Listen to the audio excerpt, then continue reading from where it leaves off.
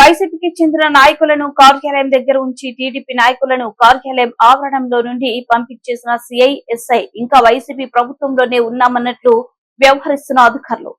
పోలీసులు పుల్లల చెరువు మండల ఎంపీడీఓ కార్యాలయంలో నిర్వహించిన సర్వసభ్య సమావేశాన్ని ఎంపీడీఓ ఒక వైపీసీ కార్యక్రమంగా నిర్వహించారు. ఎంపీడీఓ ఇంకా అధికారం వైపీసీదే అన్నట్టు వ్యవహరించడం, వైసీపీ కలర్ల ఫ్లెక్సీలతో కార్యక్రమం నిర్వహించడం పట్ల కూటమి శ్రేణులు అభ్యంతరం వ్యక్తం చేశారు. ఎంపీడీఓ పూర్తిగా వైసీపీకి వన్ సైడ్ గా వైసీపీ కార్యక్రమంగా నిర్వహించడం, వీటికి తోడు సిఐ, ఎస్ఐ వైసీపీ నాయకులకు వత్తాసు పలకడం తీవ్ర కలకలం రేపింది. కార్యాలయం ఆవరణంలో 100 మంది వైసీపీ నాయకులు ఉన్నా అక్కడ ఉన్న 10 మంది టీడీపీ నాయకులపై పోలీసులు దురుసుగా వ్యవహరించారు. అక్కడి నుండి వెళ్లిపోవాలంటూ గొడవకు దిగేలా వ్యవహరించారు. దీంతో పోలీసులకు, టీడీపీ నాయకులకు వాగ్వాదం జరిగింది.